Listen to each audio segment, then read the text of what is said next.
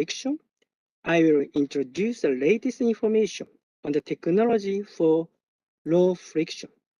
And finally, I'd like to talk and discuss about the possibility of super low friction system with semi-permanent life.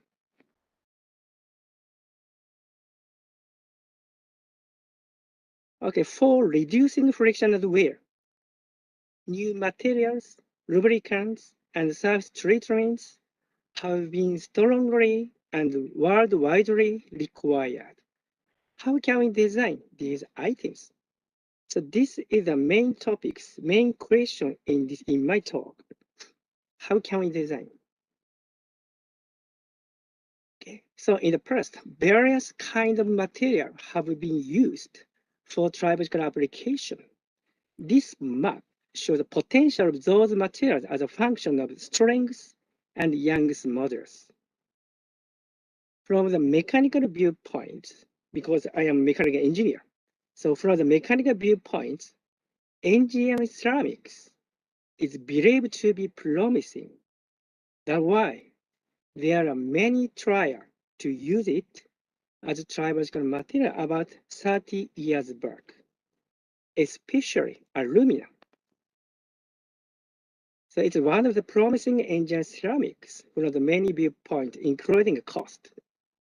If you carried out sliding experiments of this aluminum against itself and a wide range of load, velocity, and temperature, all data are summarized like this as a function of friction and wear. If focusing on the wear, if focusing on this wear, you can see 6-order difference in wear rate is observed despite the same material combination. If this wear rate is assumed to be 1 minute lifetime, this wear rate is equivalent to having a life of 30 years. It's a huge difference, even if you would use the same materials. So this data clearly shows that friction and wear properties are not material properties. Those are system responses. So that's why it's quite difficult to design tribological system. It's one of the reasons. So how can we control the friction? How can we design tribological system? That's a big question. On the other hand,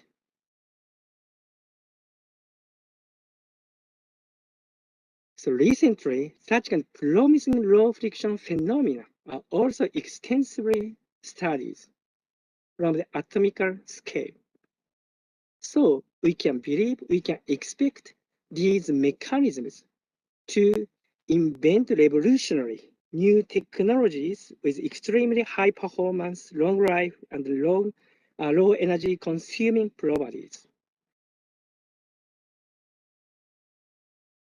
Question is, how can we apply such understanding to real system? In order to achieve such phenomena, at least atomically flat surface is needed. Again, how can we apply such kind of scientific understanding to design of a promising real mechanical system? Yes, atomical flat surface is needed. How to prepare it for real tribological contact? That's the big problem. So we can believe that there is a big gap between scientific understanding and practical application. This is also the reason why design of tribal system is so difficult.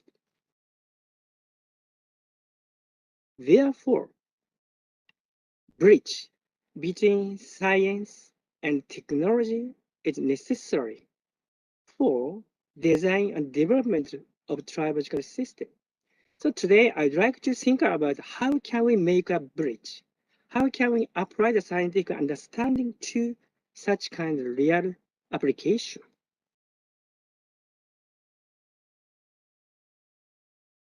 So before thinking about the bridge for design of super low friction system, let us confirm fundamental understanding of friction. Okay, so there is a rule based on historical understanding to establish low friction elements.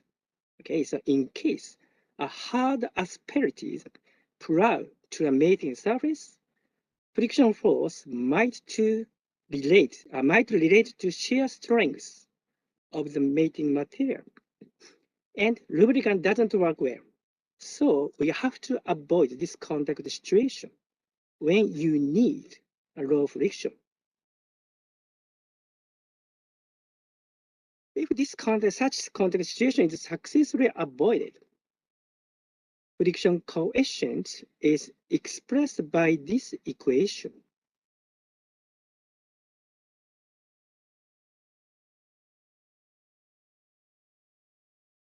This friction coefficient is expressed by the ratio of the shear strength of the thin layer or thin film to the hardness of softer material. So that's why thin film of the low shear strength material such as the MOS2 is promising for giving us low friction. And based on this kind of variable equation, the necessary condition of low friction are summarized like this. So existence of thin layer, smaller contact area by other material combination, and also thinner layer with low shear strength. And one more important thing is no direct contact between this green one and blue one. So sometimes where running contact is strongly required. Okay, so based on this variable understanding, so molybdenum disulfide is believed to have some high potential like this. Under the ideal conditions, molybdenum disulfide can generate super low friction in the order of 0.0001. So almost people can believe that molybdenum disulfide has high potential to realize super low friction. However, such period showing super low friction is quite short due to wear of such thin film. So in the solid lubricant film, if the solid lubricant film is thickened to extend lifetime, low friction cannot be generated like this. 0.05 is a general value of the friction coefficient if you would use MOS2 in real machine. So again, so based on the fundamental understanding, thicker film is better to obtain low friction. However, if you need durable system, so thick layer is necessary. However, we cannot obtain low friction.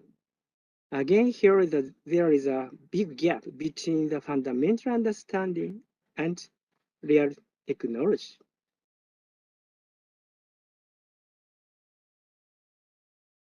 So now, I was thinking about what is a low friction technology? What is friction? Okay, if you see contact interface using simple model experiments in a scanning electron microscope.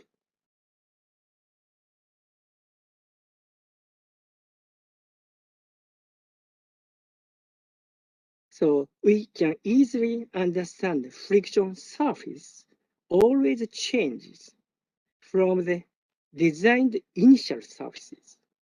So after repeat sliding, friction surface seems to be stable from the geometrical viewpoint. In addition, such change of surface is not only geometry, but also material and chemical aspect.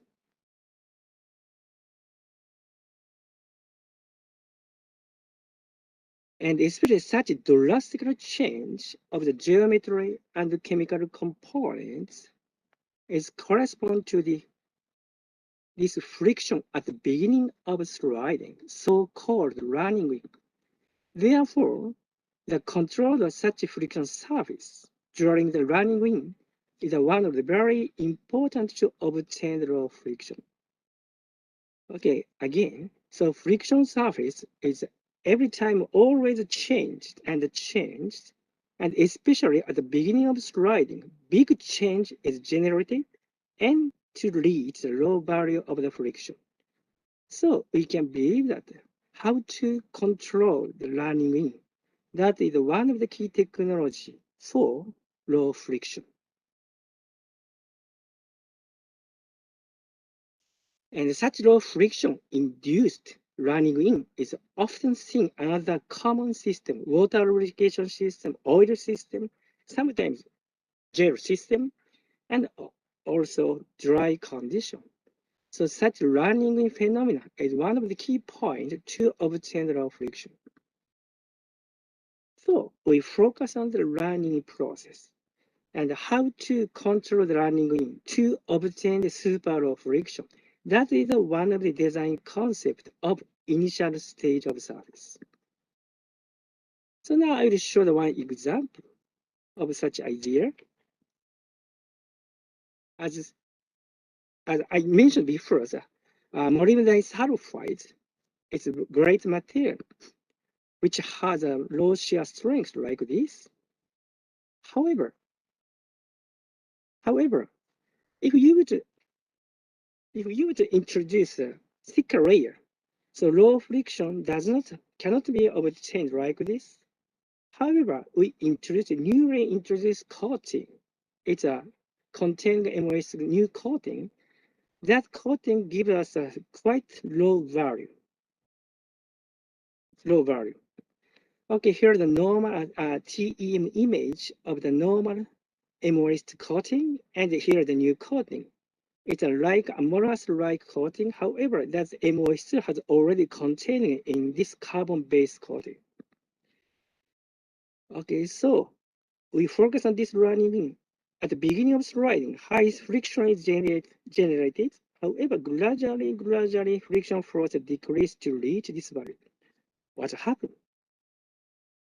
Surface doesn't, it not seem, it's hard to change by SEM. However, if you focus on cross-sectional view of this surface, it's the inside of this material, and here top surface of that one surface, which gives us low friction. You can see very thinner MOS layer is automatically formed. Here is the initial material. Here is the surface which gives us low friction. So we can believe that during the running process, this kind of thin layer is automatically formed to obtain the low friction.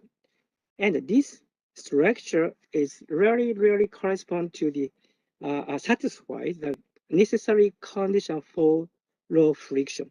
Thinner layer with low shear strength and relatively hard material because here is the DLC.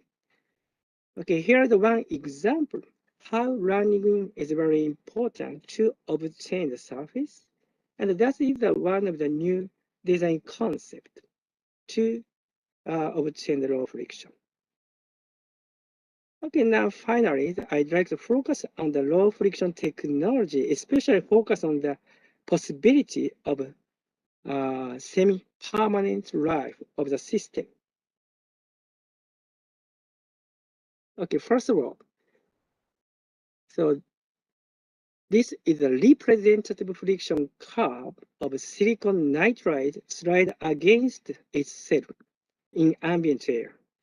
Average value is around 0.8. Yeah, if this disk surface would be covered by amorphous carbon nitride coating with 400 nanometer thick. Friction correction drastically decreased from 0.8 to 0.2. And here, a certain amount of nitrogen gas would be supplied to the contact interface with flow rate of 2 liters per minute. You receive promising friction properties. This clearly shows the effect of nitrogen gas for reducing the friction. Its value is around 0.02. In the case of silicon nitride against carbon nitride coating, sometimes low friction is not achieved like this, even if nitrogen gas is supplied to the contact interface from the beginning of sliding. However, nitrogen gas starts to blow after 1,000 cycles. It clearly shows that the friction coefficient suddenly decreased to the stable value of the 0.02. So it is clearly shown that controlled running in is a promising technique to achieve low and stable friction.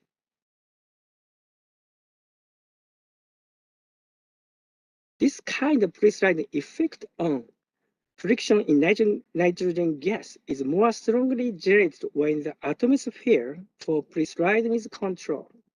This figure shows the friction curve and the nitrogen gas stream.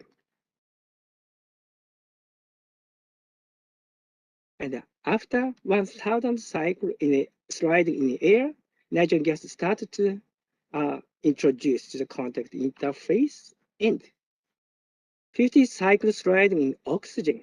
Then after that, nitrogen gas started to blow, reached to 0.005. So from this figure, effect of atmosphere during the running in is much affect on the friction phenomena.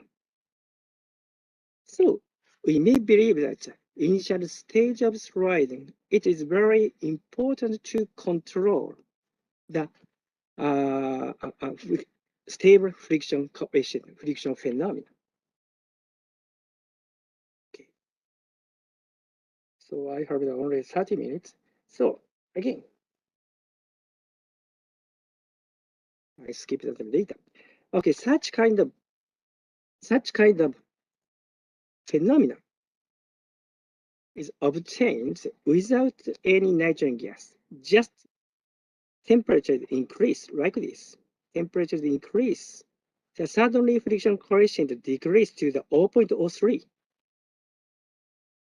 And the friction coefficient decrease with increasing the temperature. Okay. Then if we focus on the around here, we believe that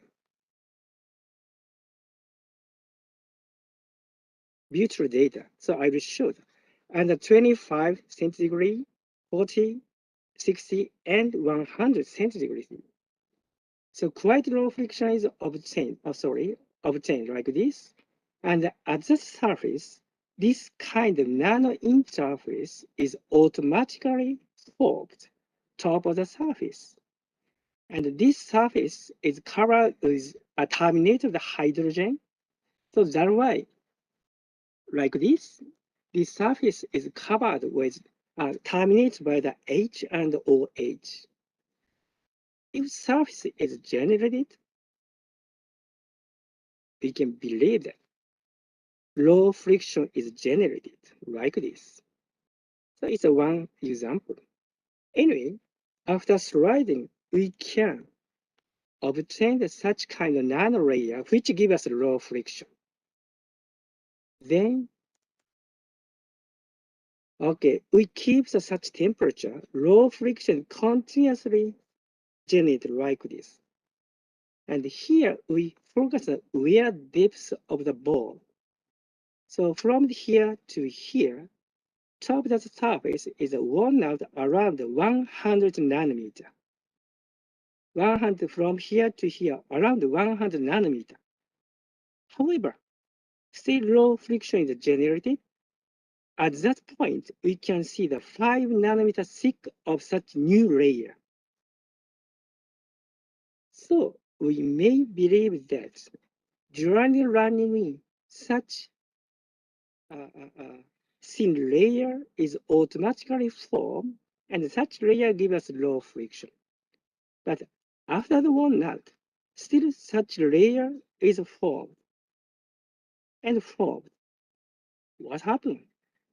So we may believe that in situ and self-formation of the low friction nano interface during the friction.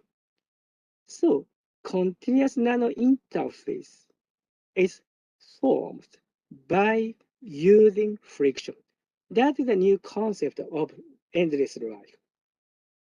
Okay, so how can we control the running? How to form the good layer which gives us low friction? So such layer is formed during running and by the friction. And after that, still low friction is continuously like this by continuous forming of such layer. Okay, so now I will summarize my talk. So how can we control the friction? How can we design the tribal system for obtain the low friction? One point is running control. Running control is a one key point. So this data clearly shows the low friction is generated by using MOS2 with very thin layer. However, if you supply the thinner layer at first, so easy one out. However, this layer is automatically formed during the friction. Here's also, this kind of layer is automatically formed during the friction and by the friction. Then such layer is continuously formed. If succeed to do that, how can we imagine the lifetime of low friction? Okay, so mechanism and technology for continuous self-formation of lubricious nanolayer during the friction and by the friction is a key to bridging between science and practical technology in the field of the tribology. So that is how can we apply scientific understanding? That is the answer to the how can we apply the scientific understanding to design promising mechanical system. So that is the one of the bridge between science and technology. Thank you very much for your kind attention.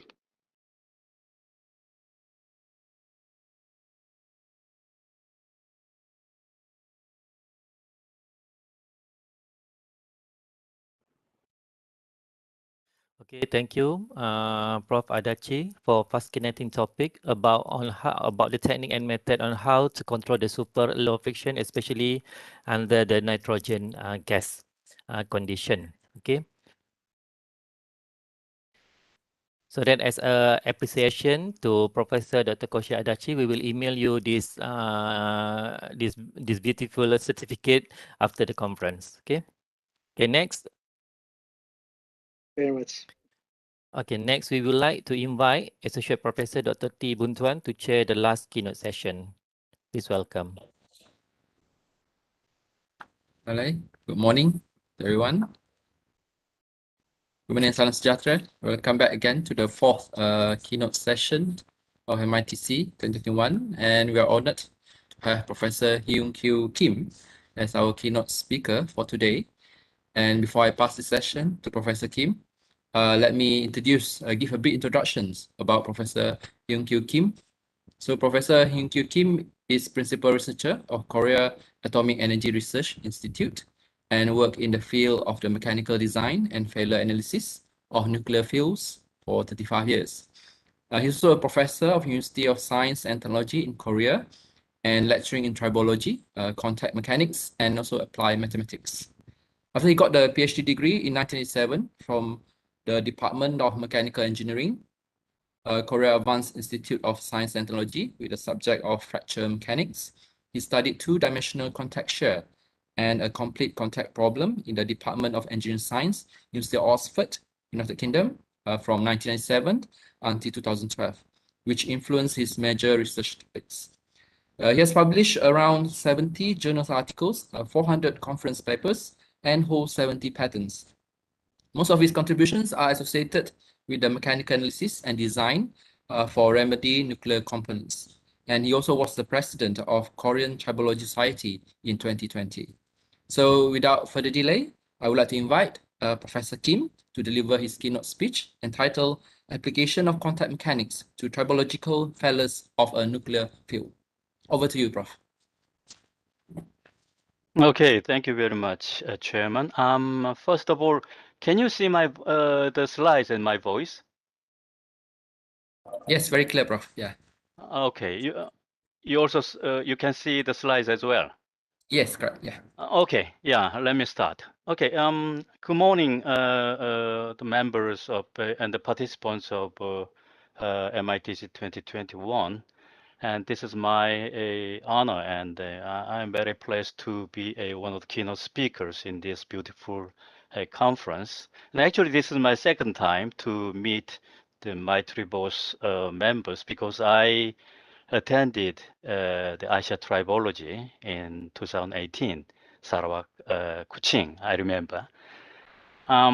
So I'd like to convey my sincere appreciation to the committee members and chairman of this conference, and as well as to the president of MITRIBOS. Okay, today my talk is concerned with a contact mechanics, which is applied to the tribological failures of a nuclear fuel.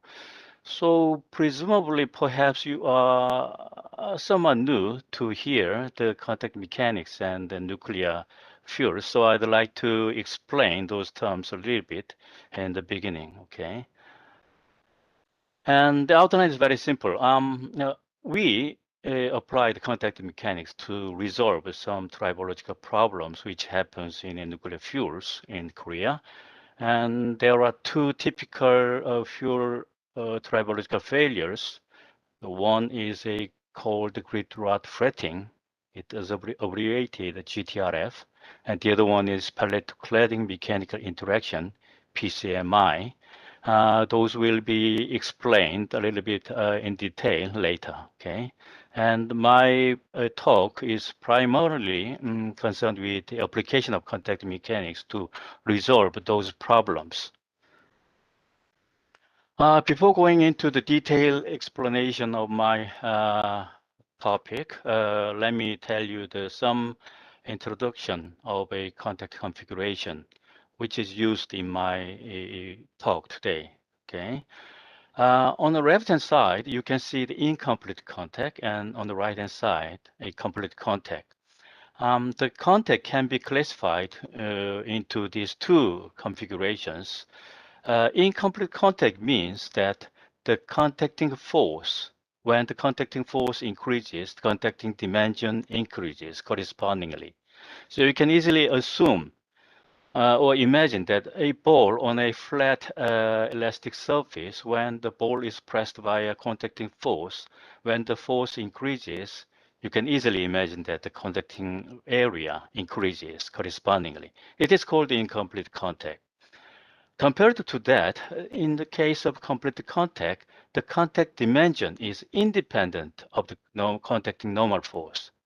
So if you imagine that there is a sharp-edged cylinder which presses on the elastic half space, then if the force increases but the contact dimension maintains continuously without changing its size, in this case it is called complete contact. In my presentation today, the GTRF is concerned with incomplete and PCMI is concerned with a complete contact. And also let me explain a little bit about the problems which I will show you today for tribological failures of nuclear fuel. On the right-hand side, this is a nuclear reactor in a nuclear power plant. In the lower half of the nuclear reactor, there are fuels. The shape of nuclear fuel is like this. Okay, it is called the fuel assembly. The thing which I'd like to let you know is that the dimension of the fuel assembly. Okay, the height is around 4.5 meters long, and the dimension of cross section is about 20 by 20 centimeters. So you can easily assume that this structure is very slender. Okay, and this fuel assembly consists of a lot of fuel rods. So this one is all are the fuel rods. So there are more than 250 fuel rods in one fuel assembly.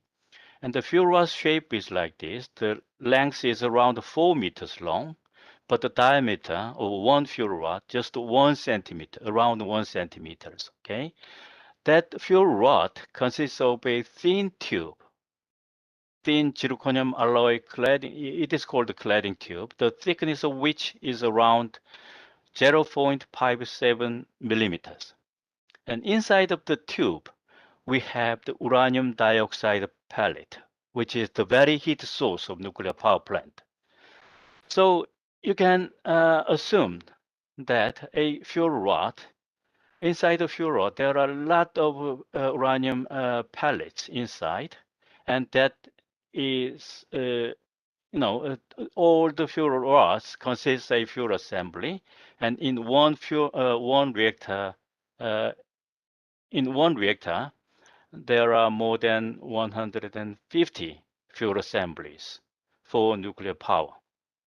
Okay, but for PWR system, we pressurize the water inside of the reactor up to 15.5 megapascal, and the temperature goes to 320 degrees Celsius in a liquid state. Okay, because the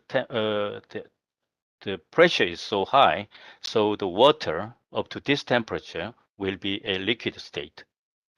So now, what is the GTRF problem? So in order to extract the heat from the fuel assembly, we use the coolant, okay, and we push the coolant from down to upwards to extract the heat from the fuel assembly. And the speed of coolant is around 5 to 7 meters per second. It is very high speed. So as you can easily imagine that the fuel rods is really slender structure, so it can vibrate due to the flow. It is called the flow-induced vibration.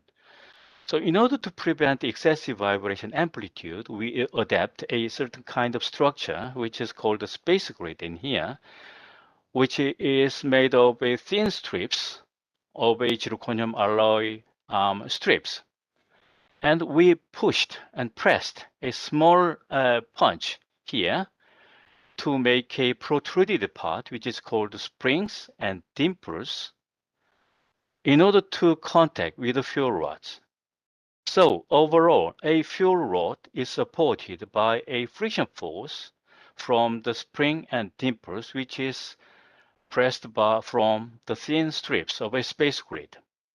So during flow-induced vibration, the fuel rods vibrates in a very small amplitude. So there is continuous slippage on the surface, on the contact surface between the spring or dimple to the fuel rods. So we can obtain the wear. Okay? That results in wear. So if the wear is severe, then there is a perforation on the cladding tube because, as I said before, the thickness of tube is just around 0.57 millimeter, but one fuel assembly should be, burnt in a reactor for 5 years. So if there is a perforation, then radioactive gases produced from the uranium released out to the coolant inside the reactor. So in nuclear power plant, the radioactivity level is every day, it is measured, and if the level exceeds a certain criteria, then reactor should be shut down. Okay. So from the design point of view, we have to have a way to prevent this kind of failure, the breach from the cladding tube due to the flow-induced vibration. So it is called a GTRF, grid to rod fretting wear. Okay, and for the PCMI, Once again, this is a cross-section of a fuel rod. This is a very thin cladding tube made of zirconium alloy, and inside of which this is a uranium dioxide pellet. As you know well, uranium dioxide is a ceramic material, and the zirconium alloy is a metallic material. Okay, so two different materials are in contact because inside the reactor, due to the temperature and the neutron absorption effect, this UO2 pellet expands outwards. Then it presses the inner surface of the cladding tube from inside to outward. That means the cladding tube is exerted by a high circumferential hoop stresses.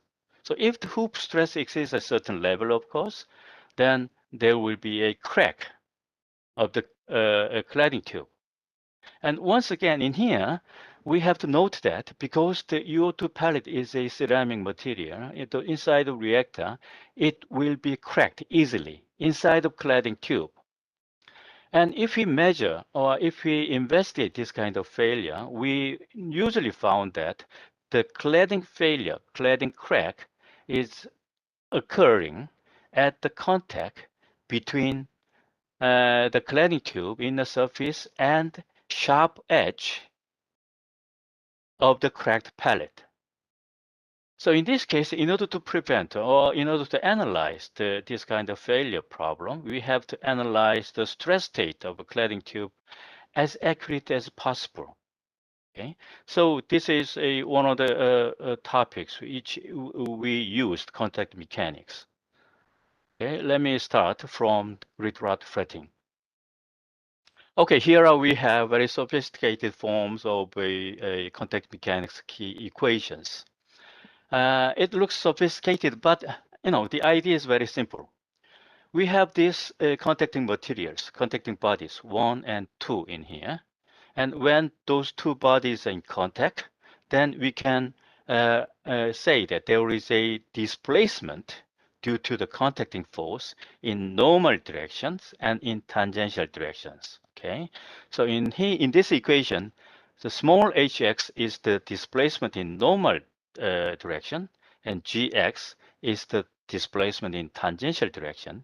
And simultaneously, because two bodies are pressed together, there occurs a stresses on contact. And so the small px here is the normal tractions and qx is the tangential tractions. And beta here is called the Dundas parameter, which describes the difference of two elastic properties.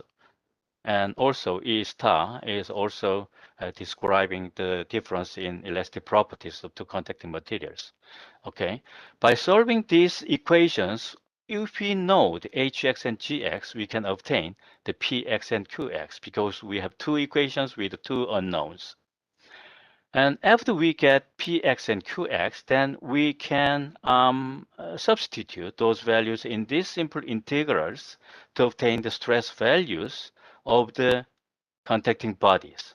So the point is this: the stresses on the contacting bodies can be controlled by changing the contacting shape of the contacting bodies. I mean, change the hx and gx through the, by conveying of a parameter of a px and qx. Okay, even though there is the contacting force is the same. So our application was like this. Because our target is to prevent the fretting wear of cladding tube. Here we have the cladding tube, and it's basically springs. And we designed like this, okay?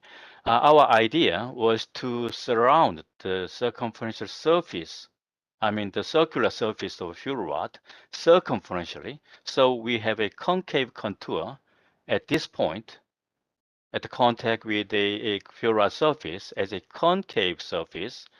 But simultaneously, along the axial direction, we would like to make it as flat as possible. As you know, this fabrication process is a plastic deformation process. It's not a machining process. So if a certain material is pressed, then some of the material moves to another part. Okay, so but after we get the specimens from the manufacturers, we check the contours whether it was fabricated correctly as what we expected or not. But eventually we found that along the axial axis, okay, along the longitudinal axis, the actual contour appeared like this. I mean, we would like to have a flat contour here, but actually, due to the plastic deformation process, it has a concave contour in the axial directions as well, but there is a protruded part on each corners. So in this case, when the fuel rods, the body one in here, is pressed to the springs here, then there is a concentrated contact at both edges. So in this case, we cannot, achieve our goal to prevent the fretting wear because there is a concentrated contacting forces. So we can easily imagine that there will be a wear at the contacting edges. So it was really necessary for us to provide the manufacturer to a certain guideline of the space grid spring shapes. So my idea, what we have done is that we modeled this contour, as fabricated contour with a center radius with a corner 2 radius in here, and by modeling this kind of actual contour surface, and our actual target is to make this contour as flat as possible, as you can see here in the left-hand side here. So in this case, we termed this as a RP, rounded punch, and this as a coined punch, because this kind of process is called coining in manufacturer. Okay, and we prepared some parameters of geometrical parameters, which he constitute this model. Then I used these equations, which I've shown you for a key equation of contact mechanics. Okay, and here the Hx is varied with 2. Okay, first for the as fabricated contour, I have the small radius at this corner and the large radius at the center and small radius at the other corner here. And another one is a flat with rounded corners at both ends. Then, okay, so this pressure, the contact traction, normal traction, Px, can be obtained by using these equations. The details can be, you can obtain the details in this journal, okay, journal paper. Okay, anyway, the result. This RP is the target which you would like to obtain. CP is the contact tractions of the actually as fabricated specimen. Okay, when R bar equals 5, there is a big difference between the two. And okay, I'm sorry, these curves are the normal traction curves, I mean Px, okay? And when we increase R bars, R bar is the R2 divided by R1. R2 is the central radius and R1 is corner radius. So when I increase R bar, then the difference between two radius becomes bigger and bigger. That means that the height difference reduces further and further. So when R bar equals 50, you can easily find that the difference between the CP's Px and the RP's normal traction becomes smaller. So by calculating continuously with this method, we finally obtain that if R bar is larger than 300, then we can obtain that the maximum traction difference between RP and CP is less than 5 plus minus 5%. Okay, so from the engineering point of view, if the the difference is less than 5%, approximately 5%, then we assume that that is acceptable. So we supplied the manufacturer. Then when you finish the manufacture of our spring specimen, then please measure the actual contour with your measuring machine. And if the R bar is larger than 300, then please provide that specimen to us for the final product. So that was one of the important quality control guideline to the manufacturer. And finally, we succeeded in achieving this dimension, and we get dimensions. Okay, their method to reduce the high difference, I mean the increased R bar, is they coined not only just one side, but also on the other back side as well. They adjusted and they satisfied our criteria. Okay, then we tested the fretting wheel test with our testing rig. And you can see here the both sides coined. That means R bar is larger than 300. The amount of wear volume decreases considerably from the previous not well coined specimens. Okay, so from this I can say that even though the form is equations is complicated, but we can use it for our simple guideline of manufacturing for our specimens in order to prevent our fretting wear of nuclear fuel rods. Okay, and let's move to the next topic of PCMI. The genetic problem of PCMI is to obtain the cladding tube stresses as accurate as possible, as I said before. But the difficulty arises because in the contact configuration, the sharp edge is in contact with the cladding tube. So from the mechanical point of view, when a sharp edge contact is pressed to a elastic half space, then there occurs a singularity. A stress singularity occurs. So it is a little bit sophisticated problem to handle in a closed form solutions. And in this case, it is called also a complete contact problem. And also, there is two different materials in contact. This is uranium dioxide. This is a zirconium alloy. And also, there is a contacting forces due to the expansion of a ceramic part of a cracked pellet. Okay. So my idea was to apply a sharp notch problem, which has been solved in early 1950s by using this kind of area stress potentials. And I think that this potential can be exactly the same used for this kind of sharp edge contact problem, because when I cut the monolith body along one of the surface of the notches, then if I replace the upper material to a different material and bonding of the two material, then the geometric condition is exactly the same as this one. So we can use the same form of the area stress potential. When there is an area stress potential appears, then we can have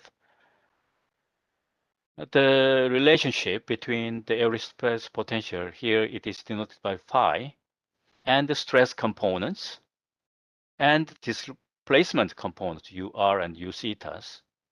And these are, written in textbooks, okay? So when I substituted the previous potential into phi, and we can obtain the stress components and the displaced components in this form of equations. But it should be noted that in the stress components, you can see that the R to the power of lambda minus 1. In this case, R is the distance. R is the distance, okay, from the contacting edge to the inside of body. So when the stress has a R to the power of lambda minus 1, and if the lambda is less than 1, then R has a negative power. So when R approaches 0, that means the distance approaches to the tip, the edge of the contact, then stresses becomes singular. Okay, so it can simulate the singularity of the stresses of a complete contact problem. So the method is like this. Now, this is one of the eigenvalue problem formulations, okay? For instance, if this adhered contact of two bodies, then on the contact, we can substitute the boundary conditions of displacement components and the stress components, because it should be the same on the contact surface, and traction-free boundary conditions on the on a free surfaces. These are those boundary conditions. Therefore, there are 8 simultaneous equations, but every equation has on the right-hand side of which is zeros. So that means homogeneous simultaneous equations. So algebraically, in order to have non-trivial solutions, the determinant of coefficient matrix should be 0. Then that is one of the problem to obtain lambda. Okay? It is a problem, eigenvalue problem. So when we obtain lambda, we substitute back into the boundary conditions, and from the boundary condition equations, we can obtain the other parameters, one of which is a spatial variation of the stress components and a stress intensity factors. Okay. Some details have been published with many papers, so you can consult those papers. Anyway, the point is that the stress components can be expressed like this. Now I applied this method to my PCMI problem. Okay, there are 3 bodies because there are cracked pellets. So body 2 and 3 are the pellets, and 1 is a cladding tube. And there are 3 bodies contact, and instead of a bonding contact, it is a frictional contact, and there is a contacting force in here. Okay, so this is termed as a frictional complete contact of 3 bodies. Now, in a similar method, I constituted the 12 boundary conditions because now we have 3 bodies, so we have 12 different boundary conditions from which we obtained the 12 homogeneous simultaneous equations, and then we could obtain the lambdas and eigenvectors, eigenfunctions, which constitute the every stress potentials. Now, once again, the stress components and the singular terms only can be written as a stresses R, stress intensity factor, and R to the power lambda minus 1, and our Fi is a theta. Okay, so for the material property, zirconium alloy tube and the uranium dioxide pellet, the elastic modulus and the Poisson ratios are substituted to the material dissimilarity factor, and we finally we obtained the lambdas with if the friction coefficient from 0.1 to 0.9, we obtained lambda values like this.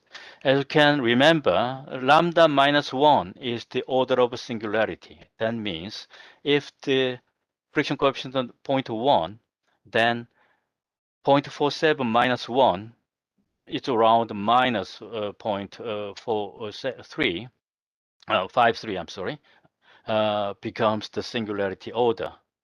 Okay, then substitute the eigenvalues back into the equations. I obtained the eigenfunctions, the f zetas, and by using simple finite element method, to obtain the stress intensity factors, and the results are like this. And the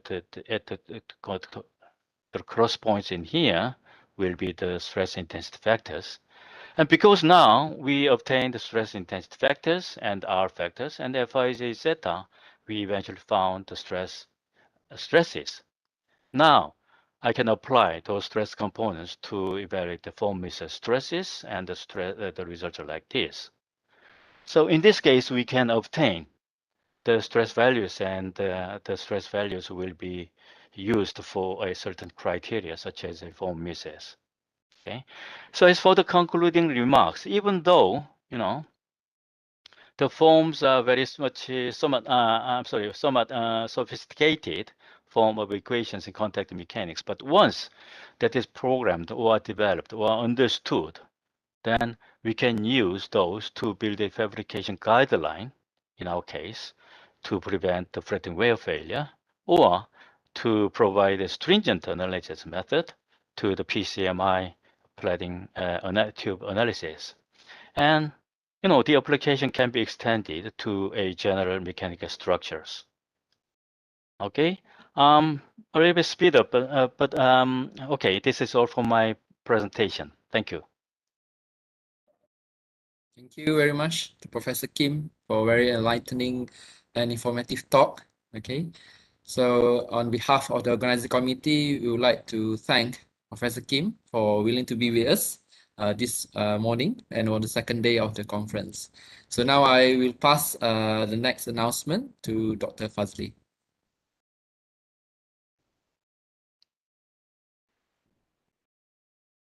Okay, thank you, Dr. T and Prof. Kim, for the nice presentation. Okay, this is the certificate of appreciation to Prof. Kim. I will email this certificate to you later.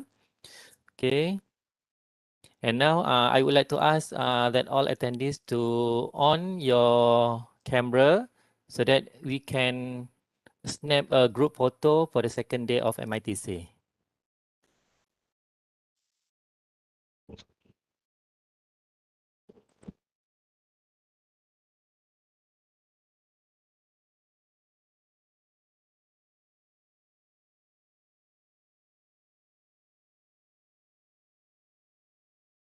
Profesal ada? Profesal? Ada Cik Sensei? Ada. Please on your video. Sure. Profesalnya video tak ada. Okay, alright. Okay, smile. 1, 2, 3. Okay. Wait for a minute.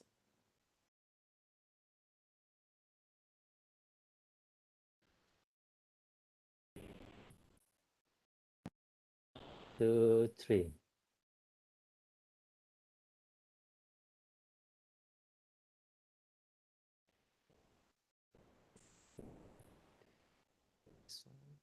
One, two, three.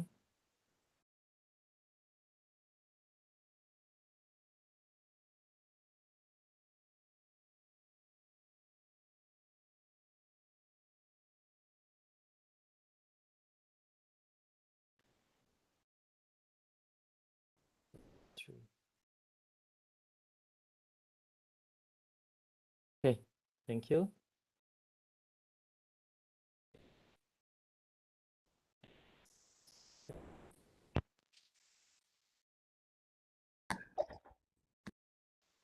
Okay, before we get started with the oral presentation, we'll begin in 15 minutes, around 10:15.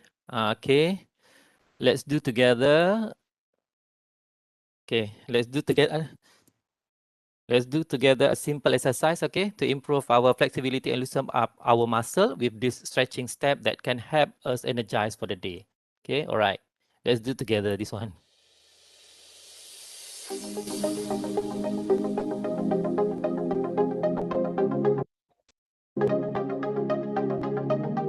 We often get asked which exercises are best to do at your desk.